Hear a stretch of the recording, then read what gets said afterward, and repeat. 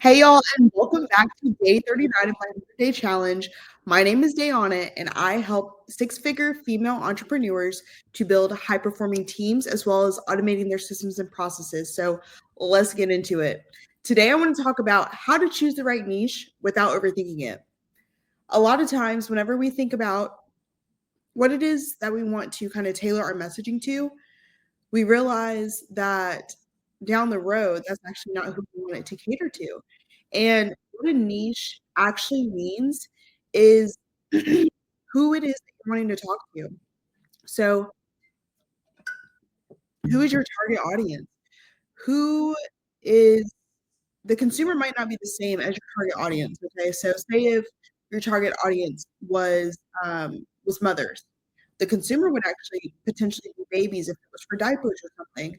So it might be for mothers who are wanting to have a sustainable way or sustainable material in the diapers for your children.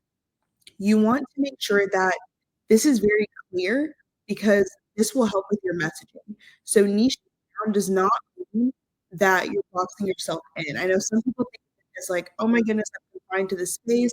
I can't talk about anything else. I feel like I'm losing out on people or minimizing my impact because I'm so niche down. That's actually not the case. The more you can niche down, the better off it'll be for your business because then you can actually directly to who it is that you're wanting to help to convert for sales. And people always love to feel like they're resonated with. Biggest way to do this is to say, hey, if you are a mother and you're looking for sustainable material to put on your child's preemie, then check out this brand. That's talking directly to mothers who are very eco-friendly, who want healthy products that are on their children and stuff like that. And so you want to be really, really clear with who you're talking to because then it's going to feel like a call out to them. They're going to be like, oh, they're talking to me. Like, I mean, I've even seen that on some marketing and I know how it works. And I'm like, oh, they're talking to me. This product is for me. And I'm automatically sold just because I feel like they're talking to me and it's something that resonates. So think about it from that point of view instead of feeling like you're boxing yourself in. So three questions that I feel like that you should be asking yourself to narrow down your niche. What do you love? What are you great at? And what do people pay for? If you cannot answer all three of those questions and feel good after answering those questions, you probably need to rethink them. So, like for me, things that I love to do, I love coaching volleyball. I love teaching female entrepreneurs how to level up and scale their businesses. I love teaching people how to communicate with other people and how to work through potential tiffs and things like that within companies if there is some type of drama between employees. Like I love working through that type of thing. And for me, if I were to say, what do I love doing? Okay, those are the things that I love doing. What am I great at? Say if I wasn't great at any of those things, that probably wouldn't. I should not pick that niche. But considering that's what I enjoy doing, I love talking to people. I love teaching people about business. I love playing volleyball. Okay, we'll let volleyball go. But I love talking to people about business. Okay, I'm great at that. Okay, two boxes are now checked. Now let's think about, okay, what do people pay for? Do people pay for volleyball? Yes, in the club world they do, so that is an area, but okay, let's go to the next one. Do people pay for company culture? Yes. Do people pay for learning about business? Yes. So all three of those are actually viable options. Now it's just a matter of who do I want to speak to? And it's thinking about, okay, I like to women who are female founders who are trying to scale their business. That is extremely specific because people will pay for a service to know that someone is directly working for them and with them, and they understand the struggles that they've gone through. So when you're asking yourself these things, think of some of your life experiences that you might have. I know I've spoken to a few of my clients lately, and they're saying things about that they were a full-time caregiver for their parent or something of that nature. Like those are things that are extremely important to who you are and that you can speak upon. And not a lot of people may have that experience. But at the same time, enough people have that experience to where if you talk to them about it and you say, hey, if you're a full time caregiver, this is for you, they're going to feel you pulling into them and you saying, "Hey, if this is you, this product is for you." And so I just encourage you to think about it from that manner, about what do I love, what am I great at, and what do people pay for? I want you all to say it with me. What do I love? What am I great at? And what do people pay for? One last time. What do I love? What am I great at? And what do people pay for? Those are the top 3 questions you need to be asking yourself whenever you are picking your niche, because that is what is gonna help you to build a sustainable business off of it and to be able to figure out who your messaging should be directed towards and to make sure it'll actually make you some money. Um, there's a difference between being multi-passionate and being scattered. So if you're multi-passionate, obviously, when you talk about volleyball, I love volleyball, that's my passion. I love the study of people and how people interact and things like that. That's why I have a minor in leadership development. I love working with female entrepreneurs because I think that it's an underutilized area, underutilized space, and I just see women to love males too, nothing wrong with it, but I also love to see women win, and especially in business. And so the things that I am passionate about versus, oh, I like dance, I like volleyball, I like business, I like home decor, I like all these things. That's the difference between being scattered versus being passionate. I might like those other things like home decor and decorating and all of these things, but I'm not really passionate about it. My passion comes from helping women to scale their businesses so that way they can then be a light to others. And so I just encourage you to make sure that you are driving your niche towards your passion. There's nothing worse than seeing an entrepreneur build a business off of something they absolutely do not have a passion for. And I've seen it time and time again. They'll say, well, I'm feeling burnt out, I'm feeling this, I'm feeling that. And all of those can definitely be signs of being overworked or not being where your passion aligns with your purpose.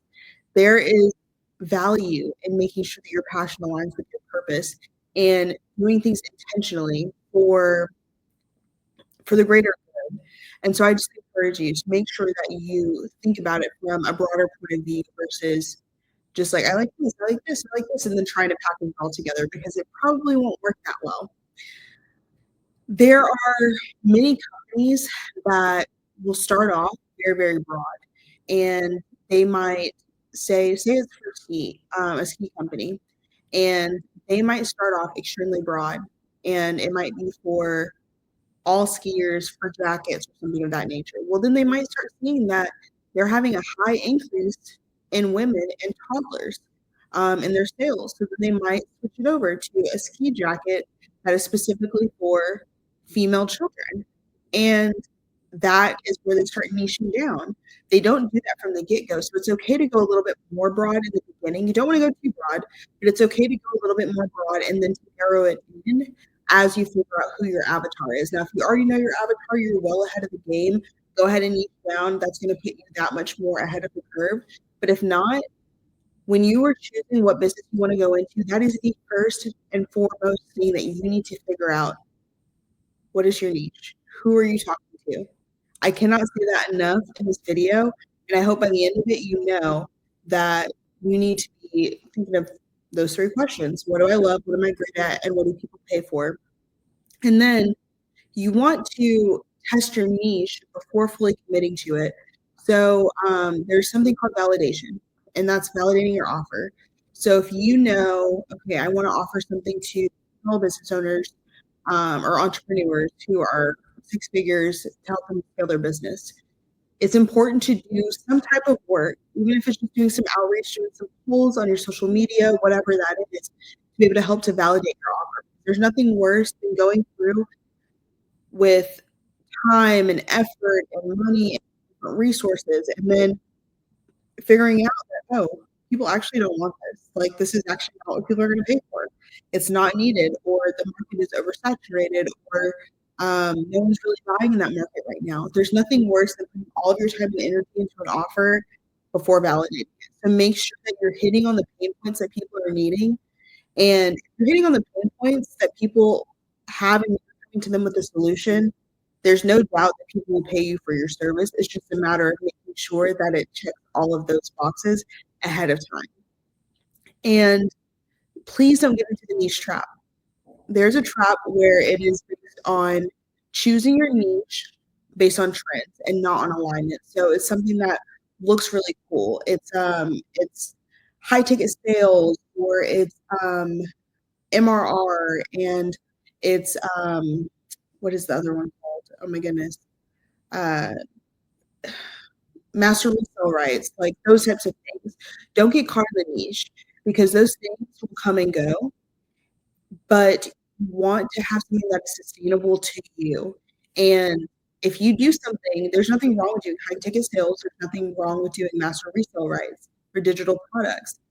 But if that's not what you're aligned with, don't go for that. That does not have to be your niche. Just because it's trendy does not mean it's going to build you a business because eventually it could fall off. Or those who capitalize on it are really going to reap the benefits while you, because you're not aligned with it, because you're not passionate about it, you're going to halfway do it and it's just not going to end up where you want it to. So I encourage you to make sure that you seek clarity over perfection because you can always evolve within your niche and you're never stuck. It might feel like, oh my goodness, like I'm stuck in this niche, like I cannot change. But no, absolutely not. That's not anywhere close to how it is. We want your niche to evolve over time. That is okay because that is how business works. Businesses evolve over time. But not choosing your niche early enough might also hinder you. So I encourage you to just think about it and factor it in whenever you're doing your polls on your social media or you're going talking to people. Just kind of get some data, get some analytics of what people like, what people don't like, what people are currently paying for, different issues that they have, and go and solve those problems. And then figure out your niche from there, and you've got a solid offer on your hands. So if you feel like this was helpful, please feel free to like this video, subscribe to my channel. I'll be dropping gems in the next 100 days, actually probably for like the next 60 days because we're basically at 39 or 40 right now. Anyways, thank y'all so much for joining me, and I'll see y'all tomorrow.